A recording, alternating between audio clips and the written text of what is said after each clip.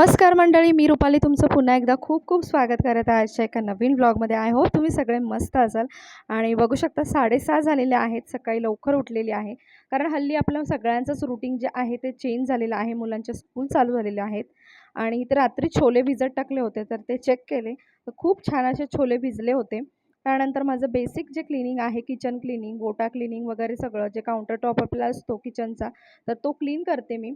आणि अशा प्रकारचंच माझं रुटीन मी सेट केलं आहे, ज्यामुळे ना माझी सगळी कामं सोपी होतात, कमी वेळ लागतो आणि सगळं मॅनेजसुद्धा होतं. तर आजच्या रुटीन ब्लॉगमध्ये तुमच्यासोबत हेच सगळं शेअर करणार आहे, की मुलांचं स्कूल, त्यानंतर स्वयंपाक, क्लिनिंग या सगळ्या गोष्टी मी कशा मॅनेज करते. अगदी दिवसभरात त्या सगळ्या गोष्टी तुमच्यासोबत आजच्या ब्लॉगमध्ये शेअर करणार आहे.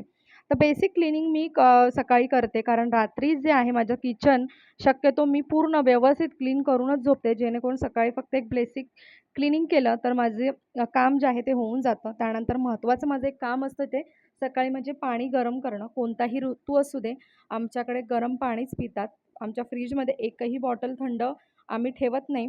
आणि पाणी जे आहे ना, तर ते नॉर्मल थोडंसं टेम्परेचरला आलं त्यानंतर मग मी मडक्यात टाकून घेते आणि मग ते पिण्यासाठी सुद्धा सोपं होऊन जातं, कारण पाणी थोडंसं थंड होत गेलं मडक्यामध्ये की मुलंसुद्धा पितात आवडीने. नाहीतर खूप जास्त गरम असलं ना तर मुलं अवॉइड करतात. सो त्यानंतर दिवसाची सुरुवात जी आहे माझी ती गरम पाण्याने होते. ऑलवेज मी एक ग्लास जे गरम पाणी आहे ते पिते. खूप जास्त गरम नाही, खूप जास्त थंड नाही, वॉर्म वॉटर घेते मी. आणि त्यानंतर मग चहा वगैरे नाश्ता जे काही माझं असेल तर ते करून घेते. आणि तुम्हीसुद्धा ना शक्यतो दिवसाची सुरुवात जी आहे ना ती गरम पाण्यानेच करा. त्यानंतर इथे माझं जे बेसिक गोष्टी आहेत माझ्या स्वतःच्या पर्सनल, त्या मी आवरून अंघोळ वगैरे करून किचनमध्ये आलेली आहे आणि आता नाश्त्याची तयारी करत आहे. आणि आज शिरा बनवणार आहे गोडाचा. शक्यतो सकाळचा नाश्ता जो आहे ना तो मी हेल्दी खाण्याचा प्रयत्न करते आणि फॅमिलीलासुद्धा देण्याचा प्रयत्न करते.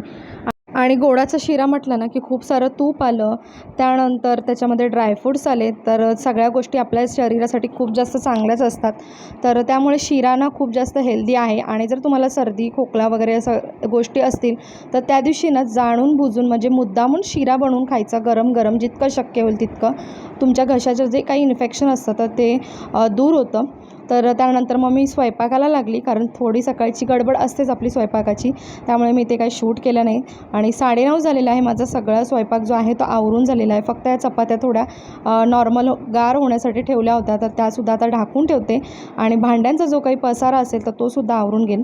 तर त्याआधी थोडंसं क्लिनिंग करून घेते. एक स्वतःला अशी सवय लावलेली आहे एक बेसिक क्लिनिंग करण्याची, तर त्यामुळे ती करून घेते. आणि लोलो इथे उठलेला आहे, सो त्यामुळे बेड आवरून घेतला मी.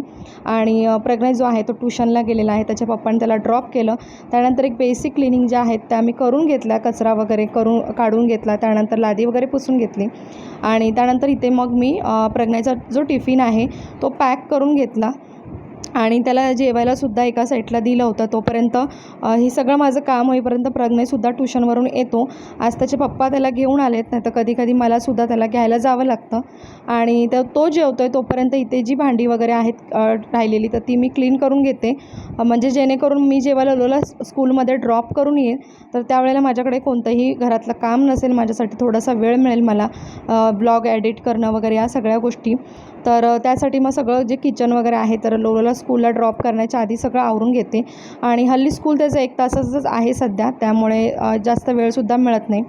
तर इथे दुपारी जेवण वगैरे झालं, थोडं रेस्ट केला आणि आता संध्याकाळ झालेली आहे. स्वतःसाठी मी चहा ठेवलेला आहे आणि ते कपडे जे आहेत सुकलेले तर ते काढून घेतलेले आहेत आणि त्यांच्या घड्या करून घेते, जेणेकरून मला दुसऱ्या दिवशी गरजेचे जे कपडे आहेत वगैरे तर ते एका साईडला काढून ठेवता येतील आणि बाकीचे जे आहेत ते बेडमध्ये किंवा कपाटात वगैरे ठेवता येतील. आणि ते लोलोची मध्ये मध्ये लुडबुड चालली होती, कारण तोसुद्धा या टायमाला उठून बसलेला असतो. आणि त्याला नाश्ता दिला मी खायला, सुका खाऊ. आणि इकडे मी जी जेवणाला आहे ती तयारी करायला सुरुवात केलेली आहे. येताना दुपारी भाज्या आणल्या होत्या तर त्या क्लीन करून घेते. आणि आज कारली जी आहे ती फ्राय करून घेते. आणि आठवड्याभरातून एकदा तरी ना कारली वगैरे या सगळ्या गोष्टी खाण्याचा प्रयत्न करते. कारल्याची भाजी जी आहे ते आमच्या घरी इतकी काही आवडीने खाल्ली जात नाही, परंतु कारल्याचे जर काप मी फ्राय केले ना तर ते सगळेजण आवडीने खातात आणि मलासुद्धा प्रचंड आवडते. आणि थोडंसं कडू पण आपल्या पोटात गेलं पाहिजे, त्यामुळे या सगळ्या गोष्टी मी विचार करून एकदा तरी आठवड्यातून बनवत असते. तर इकडे तवा गरम करायला ठेवलेले आहेत, कारली फ्राय करून घेणार आहे. आणि दुसऱ्या साईडला जे आहे ते पाणी ठेवलेलं आहे आणि त्याच्यामध्ये रोजमेरी रोजमेरीचे जे लिव्स आहेत तर ते टाकून घेते. खूप दिवस झालं होतं माझा हेअर स्प्रे संपला होता, सो तो स्प्रे बनवण्यासाठी ते रोजमेरी 2-3 चमचे टाकून घेतलेले आहे आणि पाणी जे आहे ते बॉईल करायला ठेवलेलं आहे. नाही ते बघा कापसुद्धा टाकलेले आहेत कारल्याचे. अशा प्रकारे माझं जेवणसुद्धा जवळजवळ आवरलेलं. अशा प्रकारे मी घरातली सगळी जी कामं आहेत दिवसभराची ती आवरून घेते आणि अगदीच पीसफुली माझं हे रुटीन तुमच्यासोबत मी शेअर केलेलं आहे. आय होप तुम्हाला ते आवडलं असेल.